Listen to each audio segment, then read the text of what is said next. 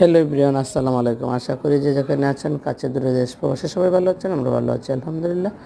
আজকে দুপুরে আয়োজনে ছিল একটা দেশি মোরগ, বড়।